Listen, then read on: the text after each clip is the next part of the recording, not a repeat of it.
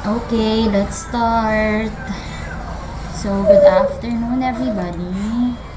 I ju- This afternoon is, I feel cold this afternoon, but I still managed to start my lesson for today. For week 1 and week 2, so these are the following intended outcomes that I'm going to discuss with you. So, at the end of the term, I want my student to understand the concept of quality in day-to-day life and business. And also, I want my students to differentiate between the quality and quality management. Also, I want you to elaborate the concept of quality management, also to discuss the basic approach in TQM, and the relevance of UN Sustainable Development Goals for business. So, how was it? So, let's start with the concept of quality.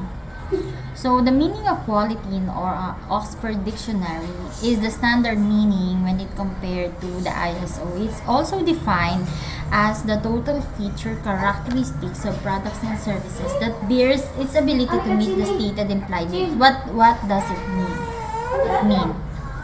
Now, when we say quality, these are the following output that is considered zero defects or perfect example of product or services that a certain entity or company is delivering to each and every consumers that he or they have.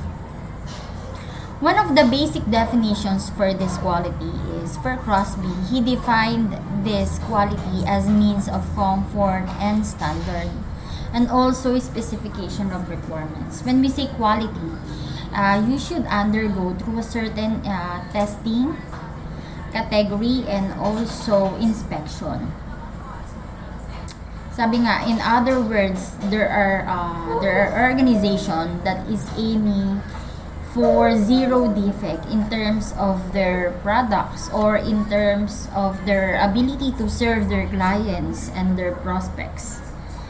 Another term for quality is for Parasuraman. He defines quality as the concern with meeting or exceeding customers' expectations. When we say quality, your customers feel that they are satisfied with the kind of products nor services that you are giving with them.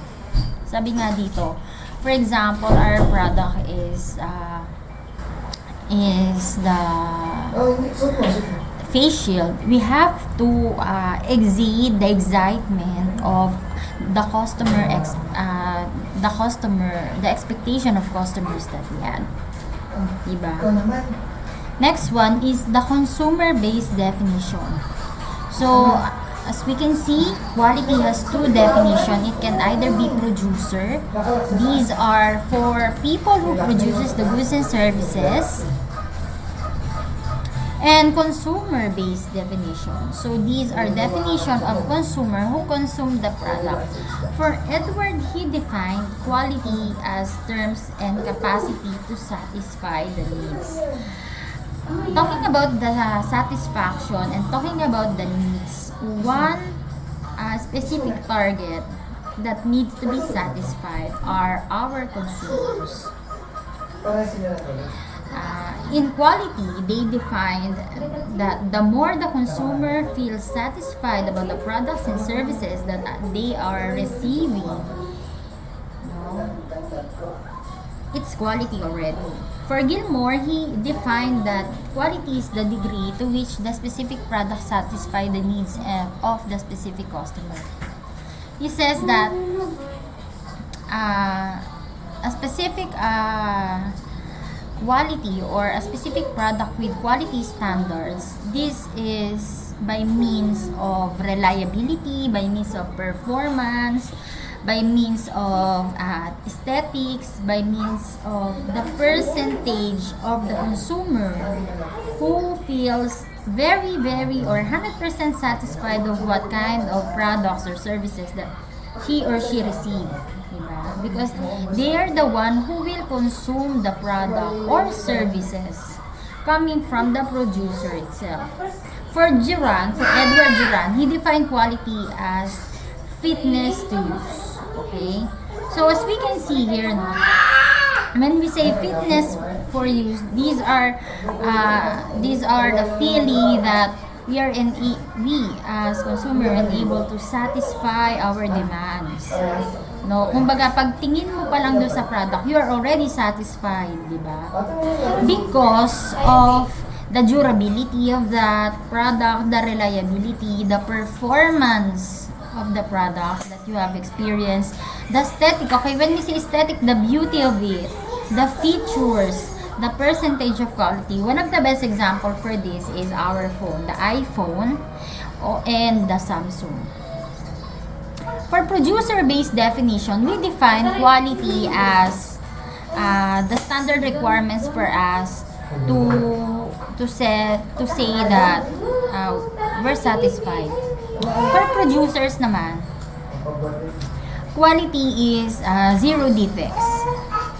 Quality is the conformance standard that they have to meet in order for them to have the degree of level like ISO 900 or ISO 600. Diba? This is by means of exceeding your customer expectations by means of service and by means of product. Okay, so sa company kasi, ang expectation ng quality is dalawa.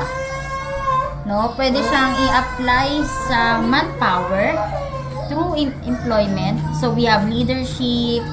So we have what I call this one. So we have performance standard, di ba? So this is by the way that we wanted to imply, no? Kasi kung ganito kasi kung ang isang produkto ginawa mo, tapos anong nangyari, nagkaroon ng maraming reject. Maraming masira, tapos ang balik niya sa kumpanya. No, sino nalulugi? Ang company. Nalulugi yan sa oras, nalulugi sa time, nalulugi sa materials, di ba? Hindi lang 'yon, nalulugi sa pera, no, sa manpower. Di ba? Especially when the company hires people who is not fit for that kind of specific work. Diba? Sooner or later, we will tackle or we will study the kind of performance standard that a certain company used to. Diba? So, these are the following dimensions.